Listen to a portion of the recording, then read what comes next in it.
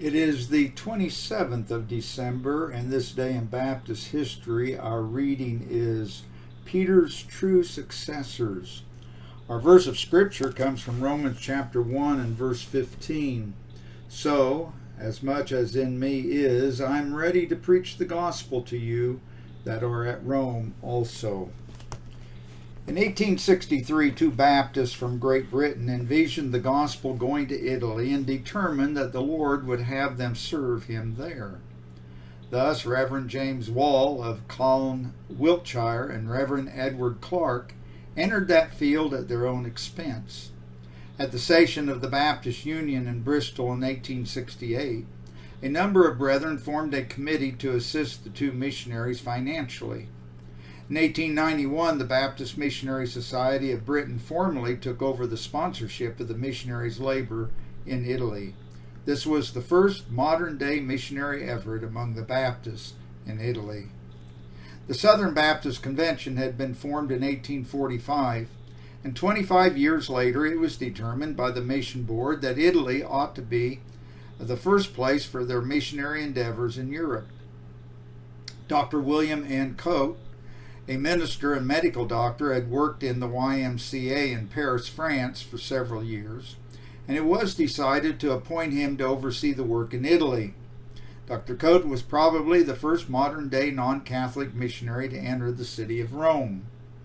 He was empowered by the mission board to train two others to work with him as colporteurs or missionaries. With the help of James Wall and an Italian convert, on January 28, 1871, Dr. Coate instituted a Baptist church of 18 members in the Eternal City. Satan, who is ever concerned to destroy God's work, was active and a scandal soon developed.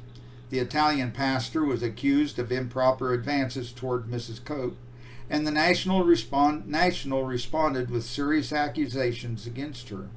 Dr. Coate's reputation was never impunged, but the Baptist Church in Rome was divided.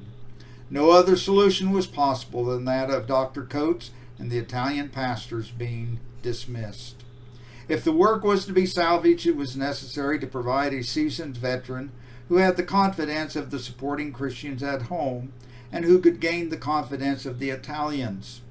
So it was that the Foreign Mission Society of the Southern Baptist Convention requested Dr. George Boardman Taylor to assume that responsibility. To be sure, Dr. Taylor was no lad when he was confronted with the challenge.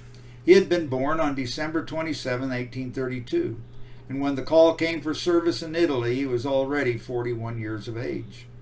He had been educated at Richmond College and the University of Virginia.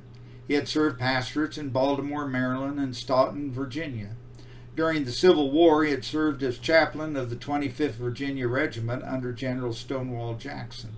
In fact, he had been wounded in one of the battles of that tragic conflict.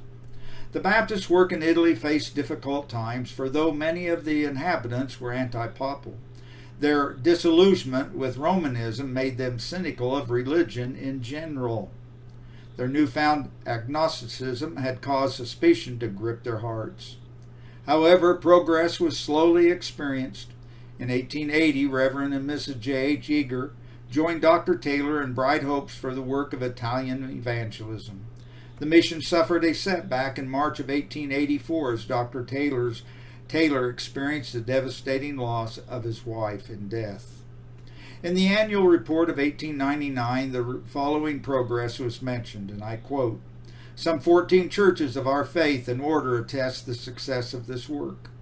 These are dotted over Italy from the Alps to the lower point of the peninsula and embrace the island of Sardinia. Rome, Milan, Venice, Naples are among the cities in which we have churches. New stations are being constantly opened. Baptisms are more frequent than ever before in the history of the mission, and the missionaries and colporteurs find the people more and more ready to listen to the word." End of quote. Doubtless Dr. Taylor was the right man for the work in Italy. His labors in Italy continued 34 years before he was finally called home to heaven on September 28, 1907. Fortunately, Dr. Taylor's son-in-law, Dexter G. Whittenhill, had arrived to assist his father-in-law in 1901, and he was able to give stability to the ministry. In 1923, the Baptist Missionary Society withdrew and transferred their property to the Foreign Mission Board of the Southern Convention. That merger resulted in a total of 57 churches with just over 2,300 total members. In spite of the fact that independent Baptist missionaries have gradually made inroads in Italy since the 1950s, it remains a very difficult field to this day. However, to God be the glory.